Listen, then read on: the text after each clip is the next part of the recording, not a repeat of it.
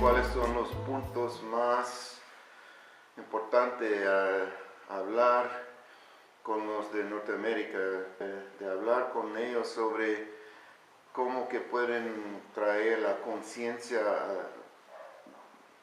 a norteamericanos, porque usted sabe que hay conexiones, pero la mayoría de norteamericanos no sepan sobre las conexiones. Y hay una tendencia a olvidarse un poco de Guatemala porque llega a cansar. Es difícil creer que la perversidad sea tan fuerte en este país, que a pesar de que en 1996 se firmaron los acuerdos de paz, estamos hablando de 16 años después.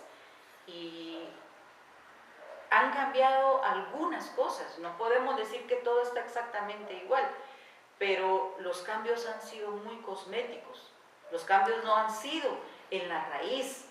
Y yo aprendí, porque trabajé mucho tiempo en el campo, en procesos de transformación de conflictos, en procesos de reconciliación comunitaria, que cuando el conflicto no se resuelve de la raíz, este vuelve a emerger y continúa reproduciendo los mismos problemas y las mismas dificultades. Y lo estamos viviendo. Hace apenas menos de una semana estábamos lamentando el asesinato de un dirigente sindical aquí en una colonia, en una masacre, porque fueron 5 personas las que fueron asesinadas. 30 balazos le metieron entre el pecho y la cabeza. Guatemala es un país violento, una sociedad violenta por problemas de violencia y de delincuencia común, sí, pero las características de esto es una ejecución directa contra un sindicalista. ¿Por qué? Bueno, es el sindicato que había logrado un aumento salarial, pero que también había denunciado los negocios corruptos de una familia que a lo largo de los últimos periodos de gobierno se ha beneficiado con contratos del Estado en proveerle medicinas al Estado a precios que se incrementan hasta en 10 veces el valor original de la medicina. ¿Está privatizado el sistema de salud aquí en Guatemala? Oficialmente no. En la práctica, porque el sistema de salud está en tal precariedad que difícilmente puede atender las necesidades de la población. Entonces, la gente que más o menos puede, pues paga a un médico en lo privado, por eso uno ve tantos hospitalitos y sanatorios por todos lados, porque la gente prefiere ir a ese tipo de servicios. Pero como hay muchísima gente que no puede pagar ni siquiera eso, atienden al sistema de salud nacional. Y lo que es el seguro social para las personas que tienen un seguro con su contrato de trabajo. A esos hospitales les abastece un grupo de familias que sigue siendo el mismo grupo familiar, que un medicamento que en una farmacia cuesta 10 quetzales, un blister le llaman, de 10 tabletas, ellos lo están vendiendo a 160 quetzales al Estado guatemalteco. Entonces, nos están robando a todas y a todos nosotros. Esa denuncia la hizo el sindicato y después vienen y asesinan a un dirigente de ese sindicato. Están asesinando a los líderes del movimiento de pueblos indígenas en el campo que defienden su derecho a un territorio sano, que se oponen a la explotación irracional de los recursos. No están opuestos al desarrollo como les han querido decir, están opuestos a que venga una empresa transnacional, decida que necesita el agua de este río, que es el río que abastece a las comunidades, para producir minería a cielo abierto, y desvía el río, entonces utiliza las aguas. Tenemos certeza de que son aguas que serán contaminadas, que dejarán un altísimo nivel de contaminación, pero que además dejarán sin agua. Matarán de hambre a las comunidades que viven y necesitan de esa corriente de agua para sus cultivos, para su vida, para su convivencia como comunidad. Y otros que con las hidroeléctricas piensan inundar enormes espacios territoriales donde vive gente.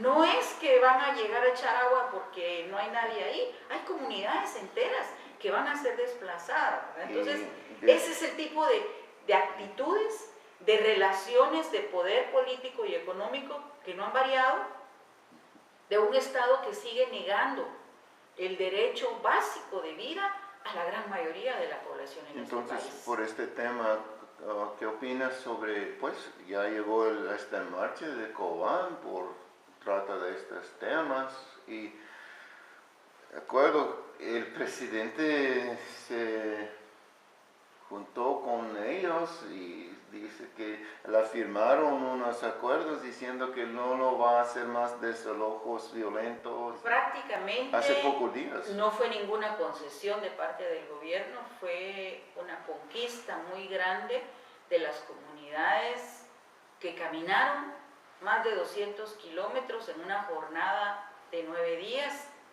que vinieron a poner sobre la cara de la gente de esta ciudad, que no mira más allá de su BlackBerry o de su computadora, la miseria y el hambre en la que vive la gente en el campo.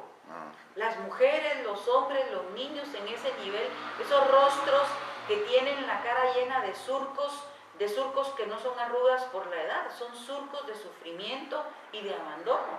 Es decir, es un pueblo que es un pueblo muy digno, que con dignidad caminó. El presidente pretendió evitar que llegaran a la ciudad, porque llegó a visitarles, la vicepresidenta les dijo que ya no vinieran, que pobrecitos los niños y las niñas, y ellos dijeron, aquí está nuestra lista de peticiones, vamos a llegar a que usted nos dé una respuesta la siguiente semana, y llegaron. Y hubo muchas provocaciones en el camino. Ellos iban a marchar sobre la Sexta Avenida, ese día cierran la Sexta Avenida con un grupo de ancianos que también están peleando porque les devuelvan parte del presupuesto que les quitaron a un refugio de ancianos en el Petén, y les ponen unas carpas enormes que cubren la calle completa. Entonces pensaron que las manifestantes se iban a enfrentar a estos ancianos que estaban manifestando, y no era una provocación. Entonces ellos rodearon la cuadra y los mismos ancianos les aplaudieron y les acompañaron. Llegan al parque y también tenían un acto con universitarios de la huelga de Dolores, a los que después no dejaron entrar al palacio, a sabiendas de que estos podían generar una crisis, y no lo hicieron tampoco. Los estudiantes no hicieron el escándalo que pensaban que iban a hacer, entonces no tuvieron un pretexto para intervenir. De último, decide mandar al pelotón antimotines a desalojar a los ancianos que estaban frente a Casa Presidencial.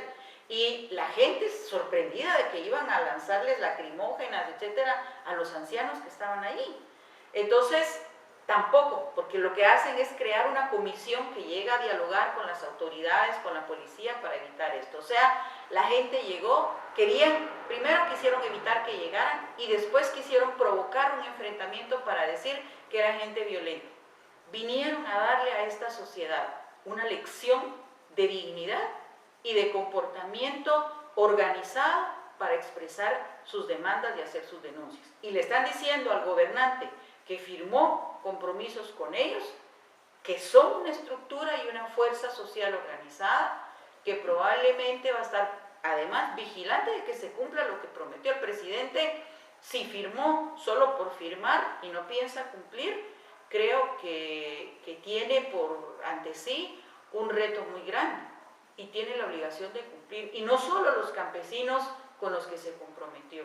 Todas y todos nosotros como sociedad, aquí y fuera de Guatemala, debemos convertirnos en monitores del cumplimiento de ese compromiso, en exigirle al presidente y a las autoridades que cumplan los compromisos que firmaron. Que no te importe la edad, a los niños y a los viejos, pinta su paz con tu amor, pinta su amor con tu paz.